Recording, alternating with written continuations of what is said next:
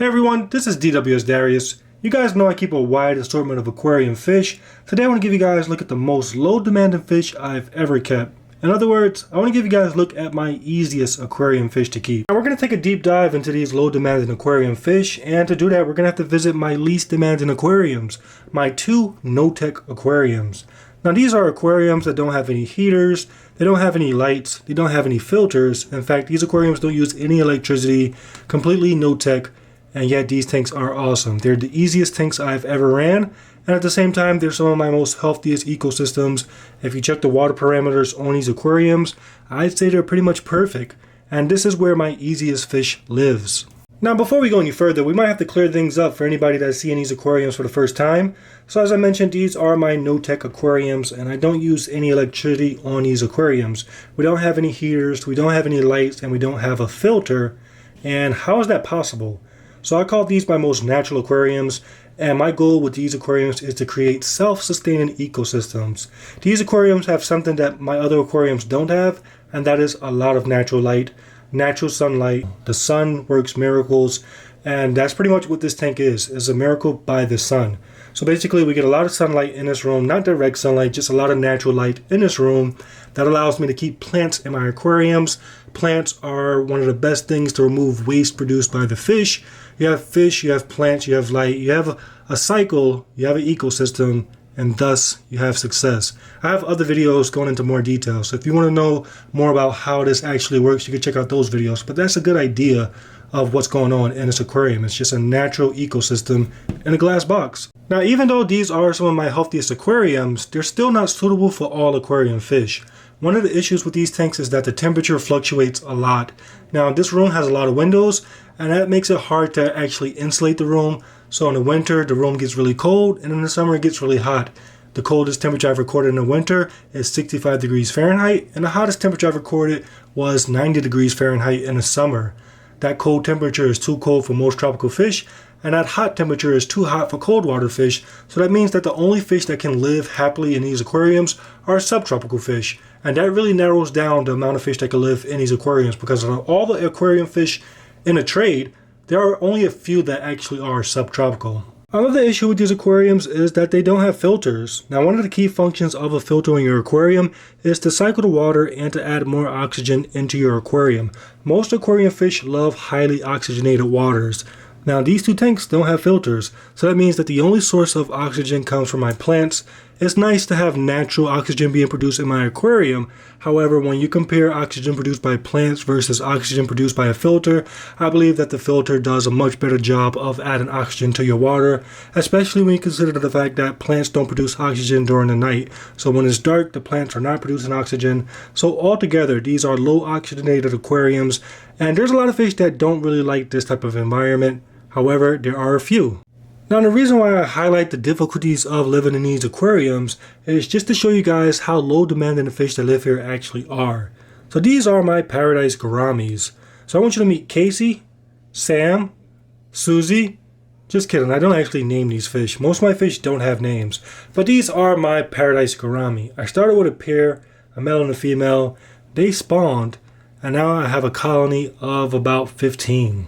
Now, as I told you guys, I've kept many different types of aquarium fish, and I'm going to say that the Paradise Gourami is the easiest fish I've ever kept. These are the most least demanding fish I've ever owned. Now, I think I pretty much explained why in my introduction, but I'm going to go ahead and explain again as I give you guys some information about the species. Paradise Gourami are a group of fish that come from Eastern Asia. You can find them in countries like Malaysia, Taiwan, Vietnam, and Eastern China. Based on my research, countries like Malaysia and Vietnam are more tropical, while countries like Eastern China and Taiwan are more subtropical.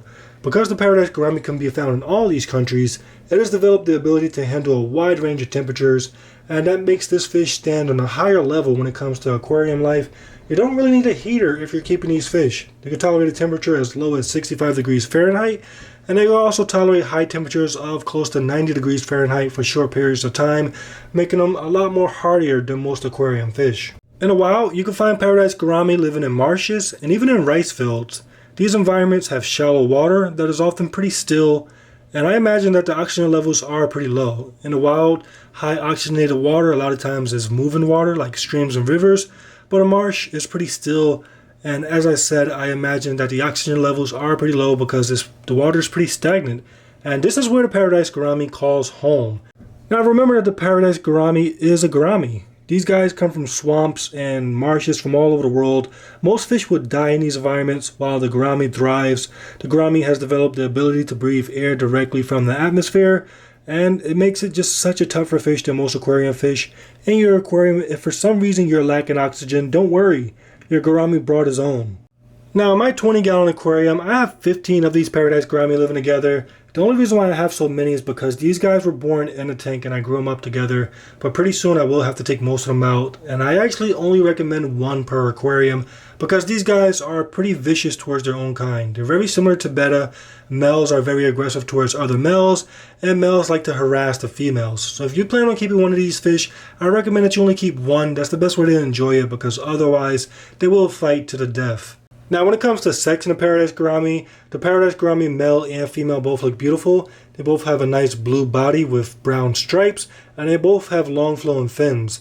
The male, however, is a little bit more exaggerated. His colors are more vibrant, and his fins are much more longer. And you could tell a male from a female because a male just has a much nastier attitude. Now these guys could grow to about 4 to 5 inches. Females, they'll probably stay around 4 inches. The male could push towards 5 inches. So I recommend a 20-gallon aquarium as a minimum. But of course with these fish, bigger is better. I noticed with these fish that they pay a lot of attention to the aquarium. They pay a lot of attention to your decorations and your scape.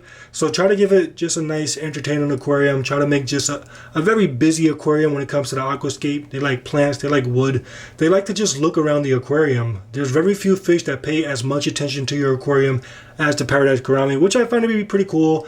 It's nice to see a fish that appreciates the aquarium and things that go on in the aquarium.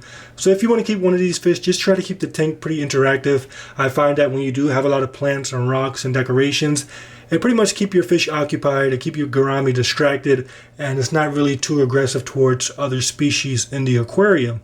I believe if you were to keep these fish in a bare aquarium, it would show his nasty side a little bit more. These guys are pretty bold, and they are willing to show everybody else in the tank who's boss. Now Paradise Gourami are some very smart fish with huge appetites, and that creates for a very entertaining fish to feed. It makes them very bold and interactive, which you'll see pretty soon. So with these fish, I like to alternate their diet. I feed brine shrimp, I feed bloodworms, sometimes earthworms.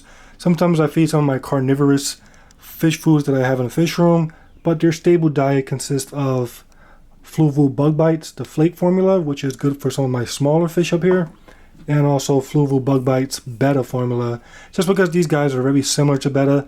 These pellets right here, they sit on the top for a long time and they slowly sink to the bottom, which is good because these fish like to stay at the top. And also it has a similar diet to what betta would eat in the wild. And as I mentioned, these guys are very similar to betta, including with their diet.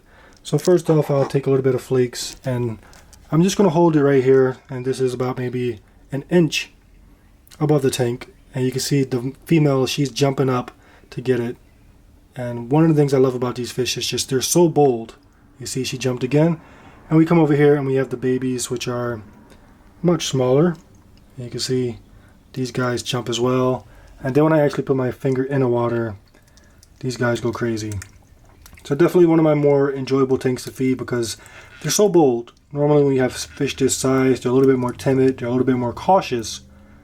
But these Paradise Gourami, they love to eat. And they will just swarm my finger. And I'm definitely a sight to see. And it's not hard to get this behavior from Paradise Gourami. When I first bought my female, within the first week, she was eating from my hand. You can even see some of the cherry barbs coming around. But you notice the cherry barbs, they keep their distance while my female, she's plucking it directly off my skin. So just definitely some very cool fish to feed. I think that I'm just going to feed flakes for this video.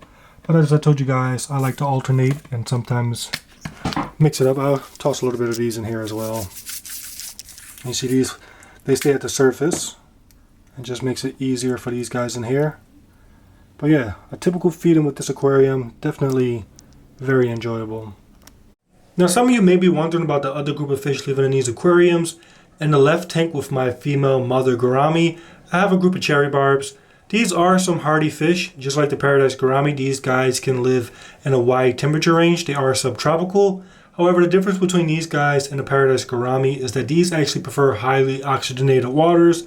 So that means in the summertime when the tanks get hot, the oxygen levels get low, these guys are a little bit uncomfortable. I try my best to ease the comfort. I try to do water changes. I try to observe them to make sure they're not breathing too heavily.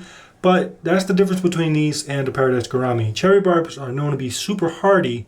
However, nothing really competes to the Paradise Gourami. The Paradise Gourami finds comfort in the most dangerous settings. Not that I'm suggesting you put your Paradise Gourami in a dangerous setting. However, I'm just saying that these are some tough fish. In the wild, they live in places where most fish can't survive. And to sum it all up, the Paradise Gourami is just built differently. These guys are the easiest fish I've ever raised. They are the most low demanded fish I've ever kept.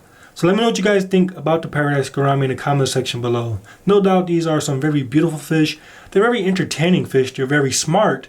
And they're just hardy. They're the hardiest fish I could think of.